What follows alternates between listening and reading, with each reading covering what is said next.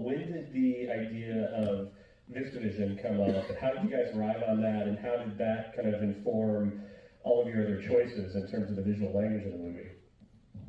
Yeah, I mean, Paul had been talking about Vista for a while. We actually did, we tested it even back on the Master back then, and so it had always kind of been in his creative space, and he's like, okay, I really want to shoot this on Vista, and it was really more about figuring out, can this camera hold up to what we were going to put it through, and so it was a lot of tests just to see how could we take this camera, which is really designed to sit on a tripod and do beautiful landscapes, and use it for handheld and Steadicam and strap it to cars and all this kind of stuff. And so that was a bit of the journey to see if the camera could even be reliable enough.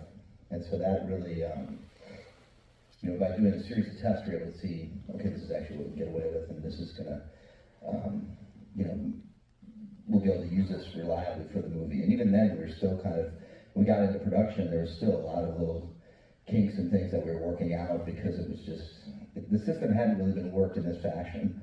And so, the Sir, the first AC, and the whole team was a lot of stressors over there with just trying to get it, and frantic calls to Panavision. But yeah, so that was kind of how it all started from there. Well, where did you even get the cameras, and what kind of shape were they in? I mean, I would think there's, I know this vision, I guess, some people still use it for effects photography and stuff, but for something like this, for the demands that you're talking about, how did you get the cameras in kind of working condition? Yeah, and there was a place in the valley called Geofilm Group. They had two of them in, questionable condition because they didn't really work that much.